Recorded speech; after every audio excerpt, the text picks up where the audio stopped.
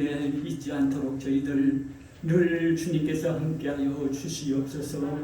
아버지, 금년 1년 동안 또 이렇게 새롭게 출발합니다. 또 어려운 환경 속에서 이렇게 코로나 바이러스와 함께 가야 합니다. 아버지 하나님, 모든 것이 하나님께서 하신 줄 압니다. 아버지 하나님께만이 해결할 줄 믿습니다.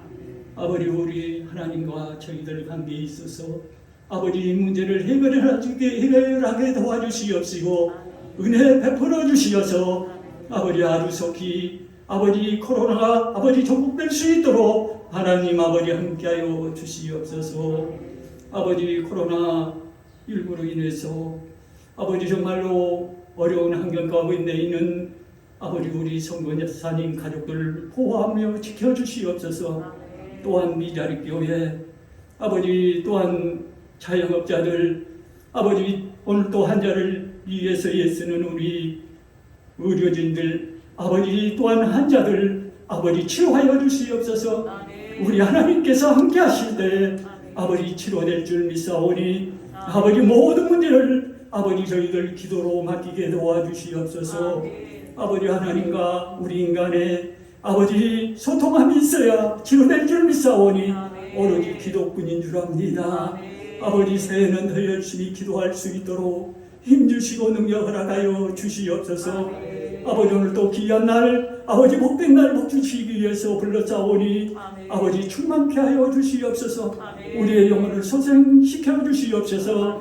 볼지어다 내가 문 밖에 서서 두드려오니 누구든지 내 음성 듣고 문을 열면 내가 그에게 들어가 그와 더불어 먹고 그는 나와 더불어 먹으리라고 하셨사오니 아버지 충만한 은혜로 함께하여 주시옵소서.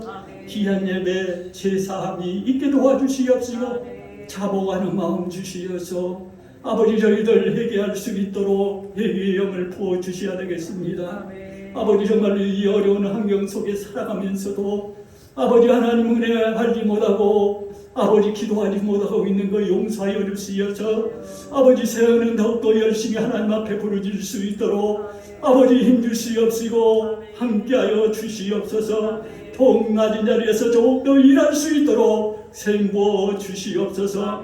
아버지, 오늘 또 말씀을 전하신 우리 목사님 아버지 성령의 갑절에 영광 주시어서 아버지 우리 생명들을 살릴 수 있도록 힘주시고 능력 허락하여 주시어서 아버지 금년 1년 동안도 우리 목사님 사모님 건강 주시어서 아버지 더욱더 열심히 일할 수 있도록 아버지 함께하여 주시옵소서.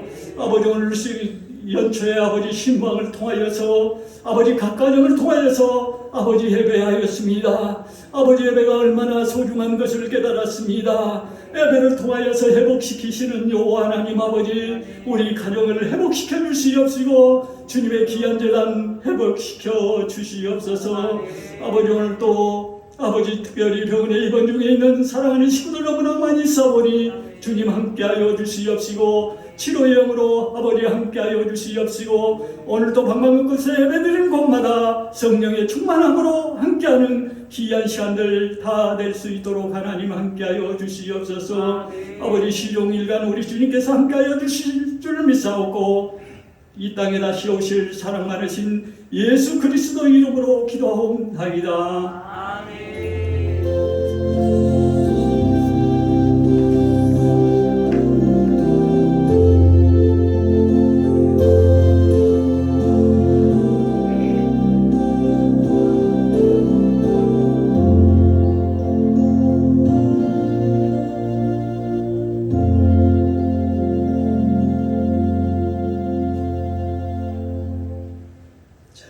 이어서 야훼 하나님께서 우리에게 주시는 축복의 말씀 보겠습니다.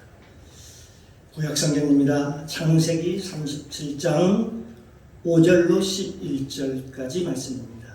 제 성경책 구약성경 56쪽입니다. 창세기 37장 5절로 11절까지 말씀. 제가 먼저 봉독합니다. 돌아가면서 함께 봉독하고 마지막 절 함께 봉독해 올리도록 하겠습니다. 자, 5절 제가 먼저 봉독합니다. 요셉이 꿈을 꾸고 자기 형들에게 고하매 그들이 그를 더욱 미워하였더라. 요셉이 그들에게 이르되 청컨대 나의 꿈을 들으시오. 우리가 밭에서 곡식을 묵더니 내 단은 일어서고 당신들의 단은 내 단을 둘러서서 졸아듭니다. 그에게 이르되 내가 참으로 우리의 왕이 되겠느냐, 참으로 우리를 다스리게 되겠느냐.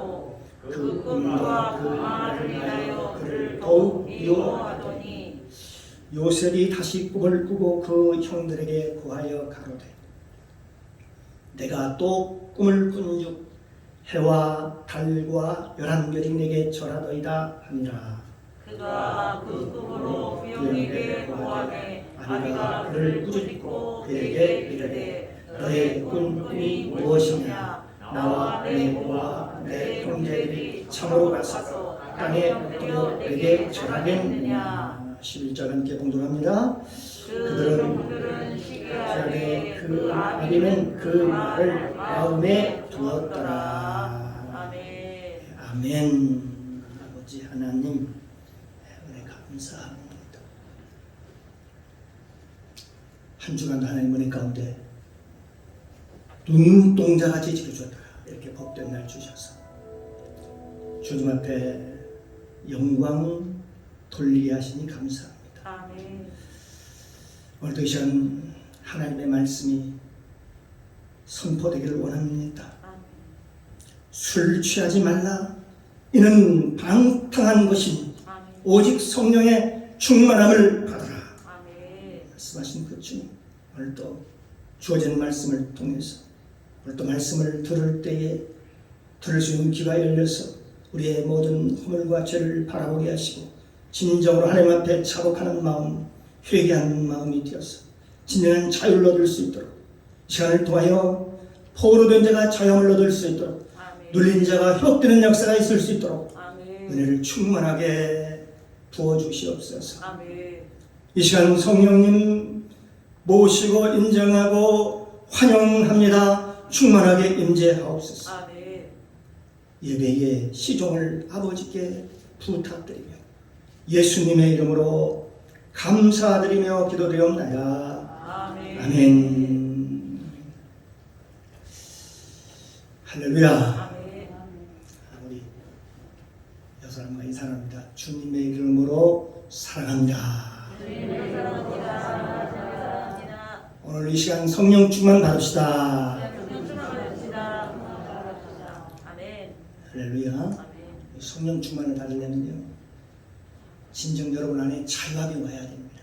진정한 자유함은 오늘 장로님께서 기도하셨듯이 죄사함의 은혜가 있어야 됩니다. 내 허물과 죄를 바라보게 하시고 오늘도 말씀을 듣다가 저와 여러분의 죄를 깨닫게 되고 하나님 앞에 자복하고 하나님 앞에 회개할 때 그때 성령을 선물로 받습니다. 아멘. 그럴 때 성령 충만한 게 되는 것입니다. 할렐루야. 오늘 이 시간 주님의 은혜가 저와 여러분 가운데 오늘도 충만하게 임하시기를 주님의 이름으로 축복합니다. 아멘. 오늘 이 시간 함께 은혜를 나눌 말씀의 제목은 꿈꾸는 자가 되라. 꿈꾸는 자가 되라라는 제목을 가지고 함께 은혜를 나누겠습니다.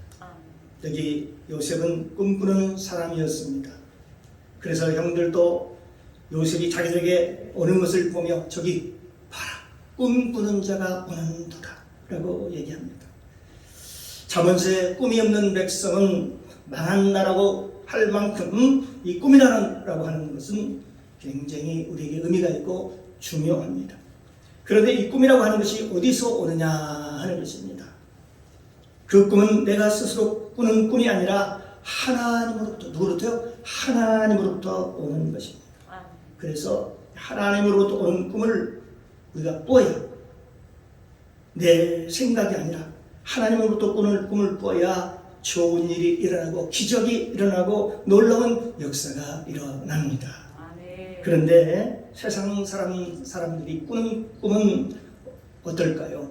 세상의 탐욕과 마음의 탐욕과 욕심, 그런 것들에서 비롯된 것이 대부분이라고 봅니다. 창세기 6장에 보면 6장 5절에 보면 타락한 인간은 그 생각하는 것이나 뜻하는 것이나 계획하는 것이 항상 악할 뿐을 보시고 악하다고 했습니다. 그래서 자기 마음에서 솟아나오는 그 꿈은 대부분이 다 하나님이 준 꿈과는 다릅니다.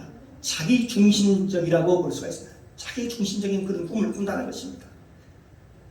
바로 나 자신으로부터 시작되어서 본인 자신에게 영광을 돌리기 위해서 꾸는 꿈들이라는 것입니다.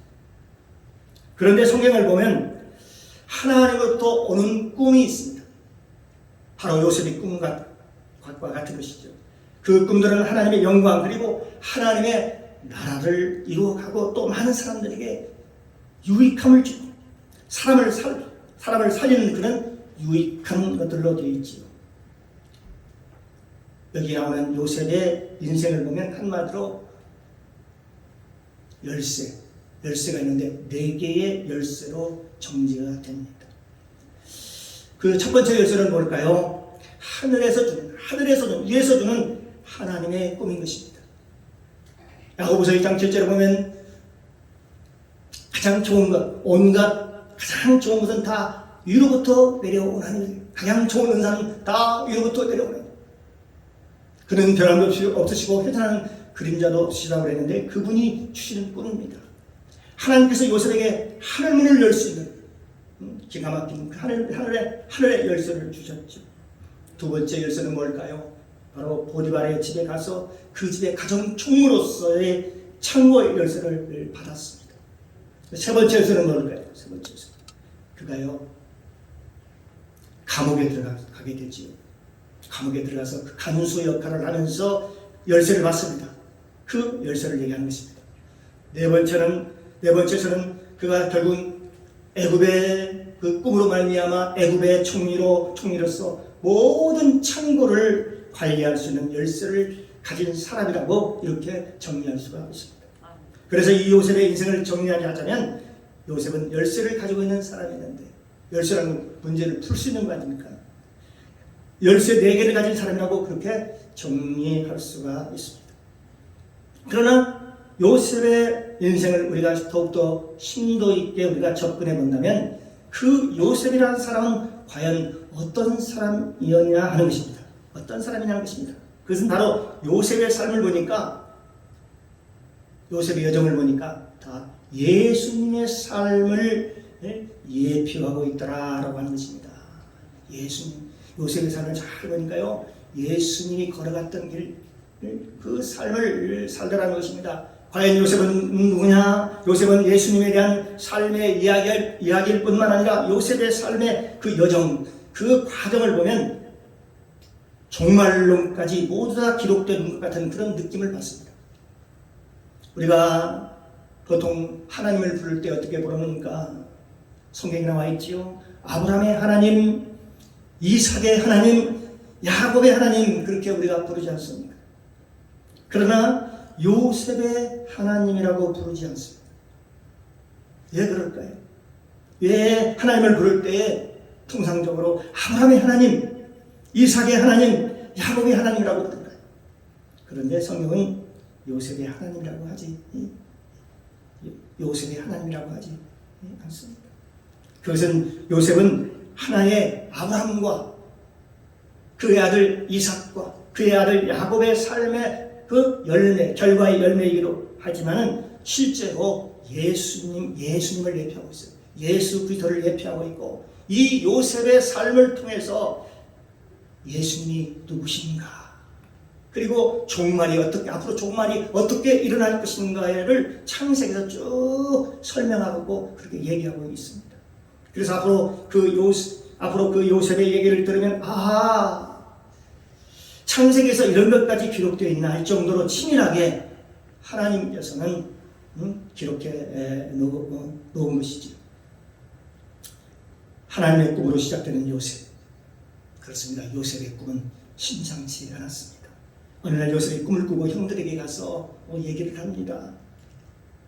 내가 꿈을 꾸었더니 저 밭에 있는데 저 밭에 모든 볕단들이 내게 다 엎드리고 내 단만 일어나더라 그렇게 얘기를 합니다. 그러니까 형들이 그 얘기를 듣고 야, 네가 우리 주인이 된단 말이야. 우리가 너한테 경배를 한다는 그 뜻이 아니냐 하면서 분을 내게 되지요. 그러고 나서 그가 다시 또 꿈을 꾸게 되는데 어떤 꿈을 꿉니까? 하늘의 해와 달과 별이 다 나한테 경배하고, 그리고 그때 형들이 그 얘기를 들었을 때 모여있다가 막 그 얘기를 듣고 화를 내고 분을 냅니다. 네가 우리의 왕이 되려느냐? 야, 우리가 너의 종이 된다고? 그러면서 막 화를 내고 미워하기 시작합니다. 그때 아버지 야곱은 잠잠하게 하지요. 그러나 그 야곱의 마음에는 그 말을, 그 얘기, 요셉이 했던 그 꿈의 얘기를 갖다가 마음에 두었다라고 그렇게 말씀하고 있습니다. 사랑하는 성도 여러분, 왜 이 꿈, 이 두 개를 하나님께서 말씀하셨을까요? 또 요셉에게 그 꿈을 꾸게 했을까요? 성경은 이 꿈 두 개를 얘기하면서 무엇을 지금 말씀하고 있을까요? 이것은요, 이 땅에 있는 모든 백성들이, 저 볕다는 땅의 모든 백성들이 그리스도께 경배한다는 그런 의미가 있고요. 또 하나는 하늘의 모든 백성이 하늘의 해와 달과 별들이 절을 한다고 그랬잖아요. 그런데 그 하늘과 땅, 뭐니까 하늘의 모든 백성들이 다 경배한다는 그런 의미지요.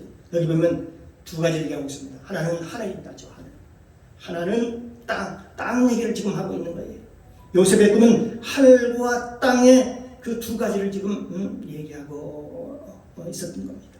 그러니까 요셉은 예수 그리스도는 만왕의 왕이시고 만주가 되신 예수 그리스도를 예표한다라고 보는 것입니다. 요셉의 꿈 자체로, 그 꿈 내용이 한마디로 예수 그리스도를 예표하고 있다라고 보는 것이죠. 창세기 37장 7절에서 9절에 보면 그게 나타나 있습니다. 우리가 밭에서 곡식을 묻더니 내 단은 일어서고 당신들의 단은 내 단을 둘러서 절을 하더이다. 그 형들이 그에게 이르되 네가 참으로 우리의 왕이 되겠느냐, 참으로 우리를 다스리겠느냐 하고 그 꿈과 그 말을 위하여 더욱 그를 미워하다니, 요셉이 다시 꿈을 꾸고 그 형들에게 고하여 가로되 내가 또 꿈을 꾼즉 해와 달과 11별들이 내게 절하더이다. 그렇게 꿈을 꾸었다고 얘기를 합니다. 마치 이 모습은요, 신약의 그 마지막 책인 요한계시록에 기록된 그 모습을 보는 것 같은 그런 연상이 되는 것입니다.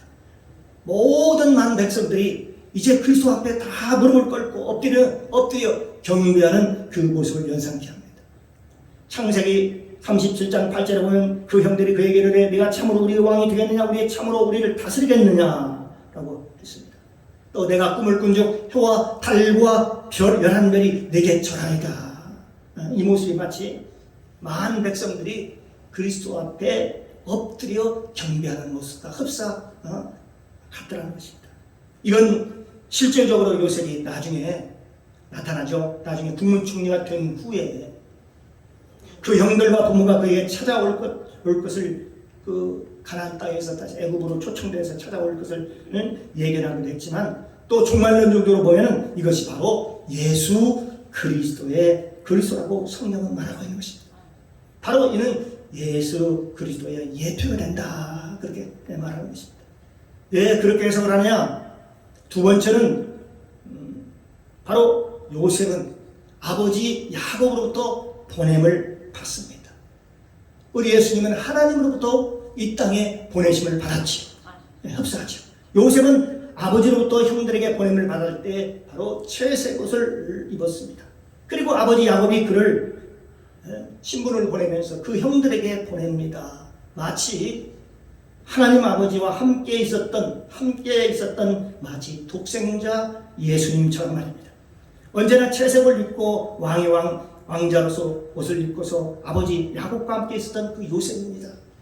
그런데 그를요, 어느 날 요셉을 신분을 보내면서 그를 보내지요. 형들이 양을 잘 치는지 안 치는지 가서 네가 한번 보라는 것입니다. 그러면서 형들에게 보내는 겁니다. 그 형들이 어디에 있는지, 그리고 양들을 잘 치고 있는지, 지금 양들을 잘 치고 있는지 네가 가서 직접 보고 그걸 보고 와서 나에게 얘기해라. 그렇게 얘기하는 거지. 그런데 그 형들이 그 후에 찾아갔을 때 어떻게 됩니까? 형들이 서로 연합해서 요셉을 잡아 팔아 넘겼습니다. 이것이 바로 어떻게 보면 이스라엘 백성들이 유대인들이 말이요 예수님을 십자가에 못 박은 그런 사건과 흡사하지 않습니까? 연합해가지고. 사랑하는 성도 여러분, 여기에 대해서 마태복음 21장 37절에서 41절에 뭐라고 지금 얘기하고 있냐면 이 사건에 대해서 바로 비유로 말씀하고 있습니다. 30절 이후에 보면 후에 자기 아들을 보내며, 이거는 예수님을 대표한다고 볼 수 있죠. 가로되 저희가 내 아들을 공경하리라 하였더니 농부들이 그 아들을 보고 서로 말하되 이는 상속자니 자 죽이고 그의 유업을 차지하자. 이에 잡아 포도원 밖에 내어 쫓아 죽였느니라. 이 바로 십자가에 유대인들이 못 박혀 죽인 것과 흡사하지요. 그러면 그 포도원 주인이 올 때에 이 농부들을 어떻게 하겠느냐. 저희가 말하되 이 약한 자들을 진멸하고 포도원은 제때 실과를 바칠 만한 다른 농부에게 새로 줄지니라. 그렇게 말씀합니다. 바로 이 요셉 사건, 이 요셉이 이 사건을 그대로 표현한 것이라고 볼 수가 있습니다. 이 요셉을 왜 예수 그리스도로 비유하느냐? 그 요셉에 대해서 여러분 나중에 그 보디발의 집에 노예로 팔려가서 종으로 팔려가서 집에 들어가게 되잖아요. 거기서 그는 사형수가 들어가는 그 감방으로 들어가서 거기서 결국 살아나지. 예수님과 3일 만에 부활한 사건하고 유사하죠. 그 사형수 속에서 떡장관, 술장관의 얘기가 나오지요. 그리고 국무총리가 돼서 그 후에 또한 아버지와 형들이 다 애굽으로 와서 잠깐 거기서 있다가 다 결국 어디로 가요? 천국을 향해 가나안 땅으로 가는 야곱의 장렬한 그 행렬을 보면서 마치 우리는 우리의 천국의 여정, 우리가 천국에 들어가는 그 여정을 보는 것 같은 그런 모습을 우리가 볼 수 있는 것이죠. 또한 마지막 말세에 7년 대풍년이 있고 7년 대환란이 일어날 것도 이미 이 요셉의 사건을 통해서, 어쩌면 이 요셉의 삶 속에서 하나님께서 우리에게 미리 보여주시는 것입니다. 이 요셉의 사건을 통해서 마지막 시대에도 어쩌면 우리에게 이미 얘기해주고 있습니다. 거울로 우리에게 지금 비춰주고 있는 것이죠. 그 모습을 보면서 우리의 천국의 여정이까지 가는 여정이 어떤 것인가를 보여주고 있는 거예요. 그러니까 창세기는 얘기할 때에 아브라함의 하나님, 이삭의 하나님, 야곱의 하나님을 부릅니다. 그러나 요셉은 전혀 다른 모습으로 설명하고 있는 것을 우리가 볼 수 있습니다. 우리가 이 사건을 통해서 요셉을 다시 한번 조명해 보고 싶은 것이죠. 아까 좀 전에 말씀드렸던 요셉은 4개의 열쇠로, 4가지 열쇠로 정리된다라고 했습니다. 그래서 요셉의 삶의 여정을 보면 여러분들이 요셉에 대해서 더 깊이 이해할 수 있고 성경에 대한 핵심을 꿰뚫어 볼 수 있습니다. 이 요셉의 사건을 통해서 요셉이 바로 예수 그리스도를 예표하는 것이로구나 라는 것을 깨닫게 되는 것입니다. 사랑하는 성도 여러분, 오늘 이 시간을 통해서 요셉의 삶을 통해서 좀 더 성경을 깊이 깨닫는 귀하고 복된 시간이 되기를 주님의 이름으로 축복합니다. 아멘. 할렐루야. 네. 또한 요셉의 형들에게 갔을 때 어떻게 됩니까? 그들이 요셉의 채색옷을 벗기죠. 채색옷을 완전히 헐렁하게 벗깁니다. 그들이 그 채색옷을 벗기는데 이 채색옷을 뭘 얘기하냐면, 뭘 상징하냐면 바로 왕의 옷을 의미하는 것이죠. 창세기 37장 23절에서 24절에 보니까 요셉이 형들에게 이름에 그 형들이 요셉의 옷, 곧 그 입고 있는 채색 옷을 벗기고, 뭘 지금 연상이 되면 예수님이 십자가에 달리는 그 모습을 우리가 연상시킬 수 있습니다. 그를 잡아 구덩이에 던지니 그 구덩이가 빈 것이라. 그렇게 기록되어 있습니다. 그런데 마태복음 27장 35절에 보니까 이제 예수님 십자가 사건이죠. 저희가 예수를 십자가에 못 박은 후에 그 옷을 제비 뽑아 나누고, 그러니까 예수님의 그 옷을 다 벗겨가지고 그들이 그 옷을 제비 뽑아서 나누어 가졌다라고 성경은 기록하고 있습니다.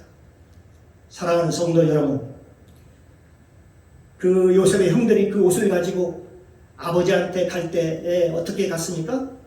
그 짐승의 피를 묻혀가지고 가지고 가지 않습니까? 그 짐승의 피를 묻혀가지고 아버지한테 간 거예요. 바로 피의 옷입니다. 피의 옷을 가지고 아버지한테 보이는 거예요.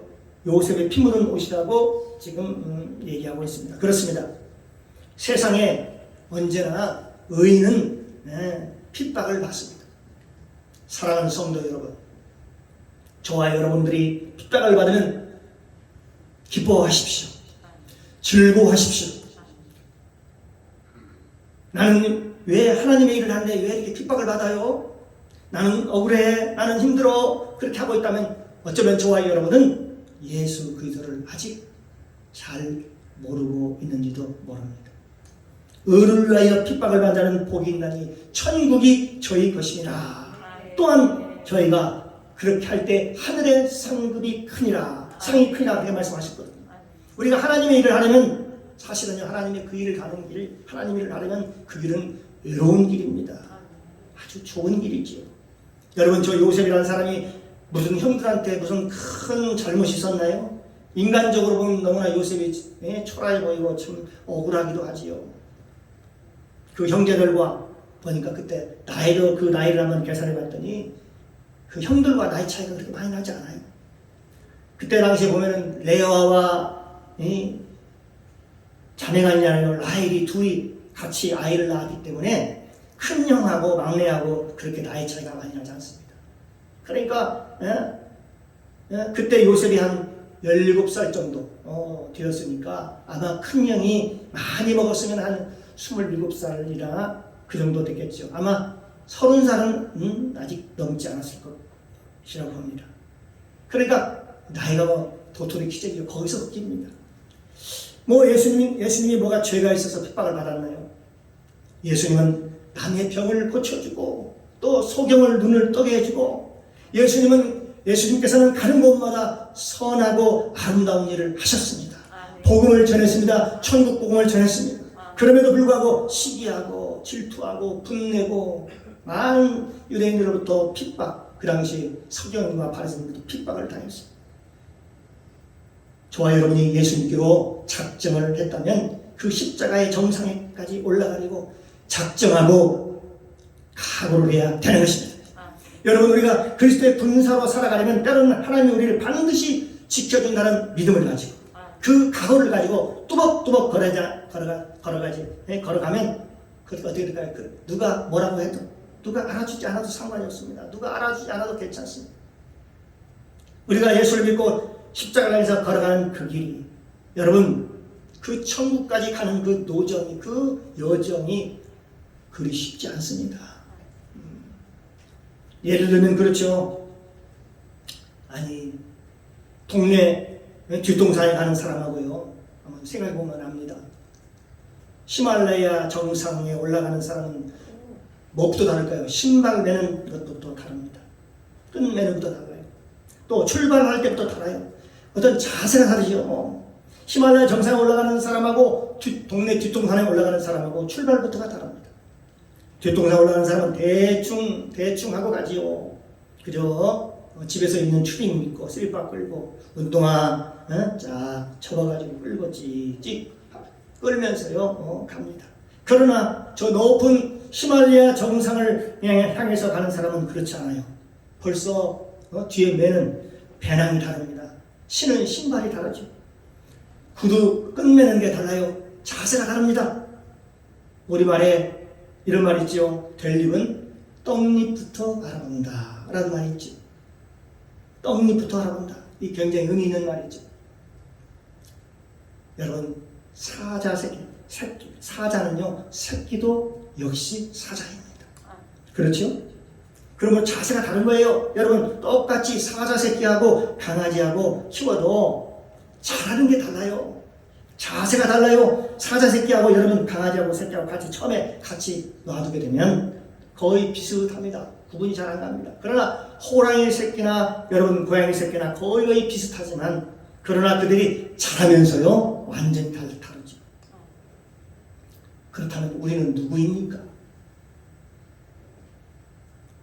바로 우리는 하나님의 사람들입니다. 아멘. 그리스도인입니다. 아멘. 우리가 이 땅에 살고 있으나 우리는 하나님께로부터 난 자들입니다. 아멘. 하나님께로부터 온 자들입니다. 아멘. 그러므로 예수님께서 세상을 이겼듯이 우리도 세상을 이깁니다. 아멘. 여러분 그리스도라고 하는 것은 벌써 출생부터가 다른 거예요. 우리 강교회 우리 모든 성도들이 이러한 신앙, 이러한 명품 신앙이 되시기를 주님의 이름으로 축복합니다. 아멘. 모든 성도들이 생명의 말씀, 오늘 또 이 생명의 말씀을 믿음으로 받아서 쑥쑥 자라서 성숙하고 성장하면 모두 다 명품 성도가 될 수 있을 줄로 믿습니다. 아멘. 어떤 성도라도 세상에 문벌이 없고 배움이 없고 세상에 똑똑지보다 못하고 못났어도 그가 바로 예수 그리스도의 이름으로 죄사함을 받고 아멘. 그 사람이 새롭게 되고 성령으로 새롭게 되고 아멘. 예수 그리스도의 보혈로 죄사함을 받으면 죄사함이 이루어지면 하나님께서 그를 존귀하게 사용하신다는 것입니다. 아멘. 그래서 저는 사람을 볼 때 그냥 보지 않습니다. 그 사람의 겉모습 보지 않습니다. 아무리 못난 사람도 그냥 겉모습 그 모습으로 판단하지 않습니다. 저 사람도 귀한 여러분요 보면은 귀하게 얘기를 있죠. 집안에 고물동품으로 뭐 이조백자도 있고 청자 고래 청자도 있죠. 저 사람들도 귀한 이조백자이지. 저 사람도 보배인 고려 청자이지. 저가 만약에 그리스도의 보혈로 깨끗함을 믿기만 한다면 하나님의 놀라운 역사가 일어날 것이라고 믿기 때문에 그렇습니다. 아멘. 그래서 한 영혼 한 영혼에 생명을 거는 겁니다. 그가 돌아올 때까지. 이 세상에 여러분 꽃이 아름답다 하지 않을 사람이 누가 있겠습니까? 이 세상에 맑은 강물이 아름답지 않을 사람이 누가 있고 이 세상에 멋진 산천이 아름답지 않을 사람이 누가 어디 있겠습니까? 때로는요 하다못해 집에 그 강아지도 귀엽고 예쁘지 않습니까? 그러나 저는 그 어느 것보다도 사람이 악한 악인일지라도 사람이 더욱 좋습니다. 왜 그럴까요? 사람이 아무리 악인일지라도 말입니다. 왜 그렇겠습니까? 비록 우리가 악인이라 하더라도 왜냐하면 사람 안에는 하나님의 형상이 있으니까. 아멘. 하나님의 형상이 있으니까 아무리 악인일지라도 예수 그리스도를 통해서 회복될 것을 믿으니까 아멘. 회복될 걸 믿으니까 그렇습니다. 아멘. 예수님께서 이 세상에 오신 것도 깨어진 형상을 회복하러 오셨습니다. 아멘. 이 요셉의 삶의 과정 그 여정을 통해서 우리에게 보여준 많은 상징적인 모습들이 있습니다. 그의 채색을 벗긴다든가 그를 형제들로부터 노예로 팔려간다든가 그러기 전에 그를 죽이려고 구덩이에 던져놓는 일이라든가 또 노예로 팔려가가지고 그 보디발의 집에서 또 누명을 쓰고 사형수 감옥에 들어가고 하는 그 일련의 그 과정들 말입니다. 사랑하는 성도 여러분, 그런데 그를 팔 때 그걸 얼마 주고 팔았냐? 그 형제들이 그를 그 당시 20냥을 주고 요셉을 팔았습니다. 이건 그 당시 한낱 노예값입니다. 노예값. 신약에 와서는 노예값이 조금 올랐다고 볼 수 있죠. 한 10냥 정도라고 봅니다. 그래서 예수님을 팔 때는 20냥에다가 플러스 10에서 한 30냥에 팔았죠. 이 요셉을 팔 때는 20냥이었는데 예수님을 팔 때는 30냥으로 팔리게 됩니다.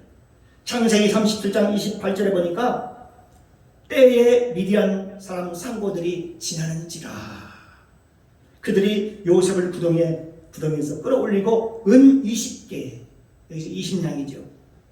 그를 이스마엘 상인들에게 팔매라고 말씀하고 있습니다. 그런데 그 말씀과 아주 흡사한 말씀이 있습니다. 마태복음 26장 15절 말씀에 보니까 내가 예수를 너에게 넘겨주려니 얼마나 주려는 하니 그들이 은 30을 달아 주거늘 이라고 말씀하고 있습니다. 어떻게 두 사건이 요셉의 사건하고 어떻습니까? 예수님 십자가에 달리기 전에 팔리는 그 사건이 흡사하지 않습니다. 왜 우리는 요셉을 예수 그리스도의 모형이라고 그렇게 얘기할까요? 어쩌면 그 예수님의 삶을 이 요셉이 그대로 잘 묘사하고 있기 때문에 그렇습니다. 예수님께서는 이 세상에 오셔서 아주 은 30냥에 팔아넘겨요. 그는 은 30냥에 팔렸습니다. 요셉도 마찬가지입니다. 옷을 다 벗겨서 웅덩이에 집어넣어버리고 팔아버리는, 그리고 무시당하는 그런 요셉의 모습이 마치 예수님의 모습과 흡사하고 흡사하며 비슷하지 않나요? 세상으로부터 무시당하는 예수 그리스도를 우리에게 지금 말씀하고 있는 것이죠. 사랑하는 성도 여러분, 저와 여러분은 이 세상이 아무리 무시한다고 해도 상관이 없습니다. 하나님께서 인정하시면 그것으로 우리가 되는 것이지요. 이 세상에 살아갈 때 사람으로부터 칭찬받으려고 하지 말라는 것입니다. 칭찬받으려 하는 순간 여러분은 시험에 빠지게 될지도 모릅니다. 여러분이 사람들에게 칭찬을 받으려 하는 순간 여러분의 마음이 복잡함이 가득합니다. 때로는 힘들어집니다. 여러분이 칭찬을 받으면 받을수록, 여러분이 핍박을 받으면 받을수록 여러분 더 마태복음에 예수님께서 말씀하셨을 때 핍박받을 때 기뻐하고 즐거워라고 했던 것처럼 기뻐해야 하는 것입니다. 여러분이 더 즐거워해야 하는 것입니다. 나는 죽도록 하나님을 일했는데 왜 저렇게 사람들이 나를 힘들게 할까? 여러분 성경을 보면 그렇지 않습니다. 아벨도 그랬습니다. 아벨도 하나님 앞에 제사를 드리고 하나님 앞에 칭찬을 받고 받아들였지만 그도 죽었습니다. 여러분 이삭은 저 이스마엘에게 엄청나게 학대를 받았습니다. 야곱도 마찬가지입니다. 선한 일을 하면서 형 에서에게 엄청난 학대를 받고 어려움을 당했습니다. 그래서 삼촌 나반집에 가서 20년 동안 고생을 하는 걸 우리가 봅니다. 사람들이 뭐 좀 알아주고 인정해주고 하는 것은 어때요? 오래가지 않습니다. 한순간입니다. 얼마나 사람들의 마음이 순간순간 변하고 요동을 치는지 몰라요. 이걸 보면 합니다. 한때 연예인이었던 자들, 그 인기몰이하고 관중들도 환호받고 박수치고 그런 사람들, 한순간에 그 인기가 어느 날 푹 사라지는, 푹 꺼지는 것을 우리는 보게 됩니다. 여러분, 한 나라의 대통령도 마찬가지입니다. 이 세상에 명예 권세를 받은 사람도 한순간에 푹 가더라고요. 사람 미심은요, 바람을 잡는 것 같다. 바람을 갖다고 했습니다. 우리가 세상 사람들이 명예나 다른 사람으로부터 인정받는 것과 사람들에게 영광을 취하려고 하는 것은요, 마치 바람을 잡으려는 것과 같다고 얘기합니다. 그건 다 무의미한 것입니다. 하나님의 일을 할 때는 어떻게 돼요? 비바람이 불어, 비가 오고 바람이 불어와도 그냥 뚜벅뚜벅 앞을 향하여 걸어가는 것입니다. 여러분, 사람들이 와서 여러분을 찌르고 여러분을 해치려고 하고 여러분 발로 걷어차고 시기하고 질투하고 그래도 말입니다. 하나님 일을 하는데 이런 일이 얼마나 많은데요. 그러나 하나님 일꾼은요, 그냥 그런가 보다 하고 뚜벅뚜벅 그 길을 걸어가는 거예요. 사람을 의식하지 말고 그냥 하나님 바라보고 그냥 걸어가는 것입니다. 우리도 예수님의 길을 따라가야 하는데 그런 걸 다 일일이 다 신경을 쓰고 옆을 다 쳐다보고 어떻게 그 길을 가겠습니까?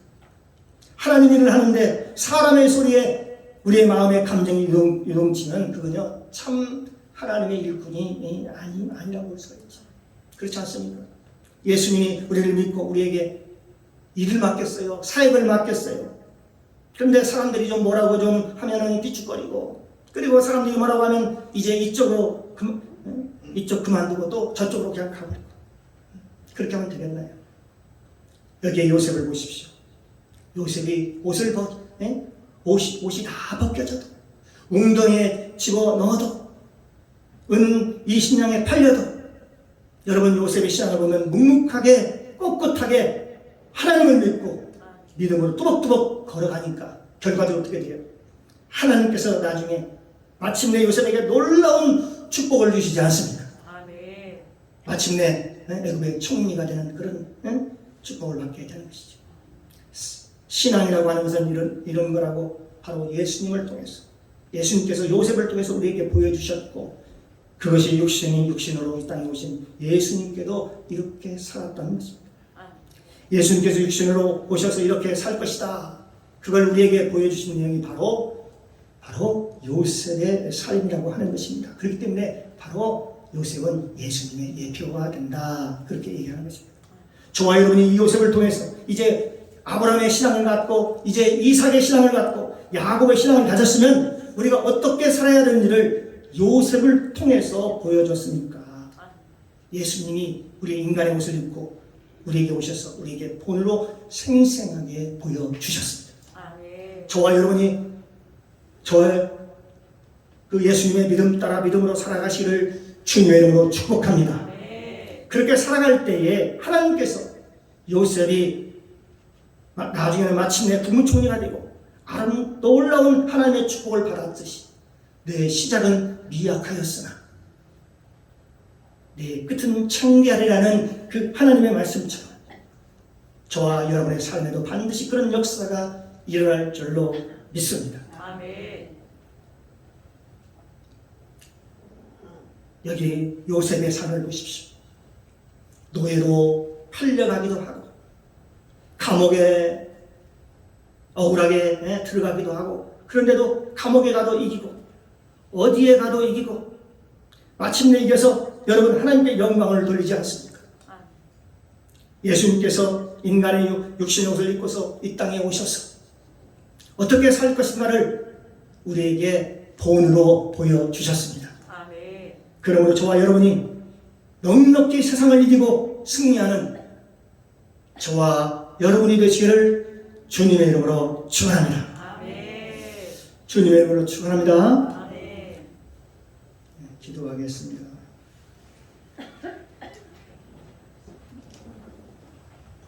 은혜와 사랑이 많으신 하나님 아버지 참으로 감사합니다. 예수 보혈을 통해서 은혜가 넘치게 하옵소서. 기쁨이 충만하게 하옵소서. 아버지의 사랑과 축복하심이 넘치게 도와주옵소서. 요셉의 삶을 통해서 우리의 모습을 발견하게 도와주시고 우리의 삶의 여정 가운데 아무리 시련이 오고 고통이 오고 고난이 오고 역경이 와도 요셉처럼 넉넉하게 이길 수 있는 믿음을 허락하여 주옵소서. 감사드리고 예수님의 이름으로 기도드리옵나이다. 아멘.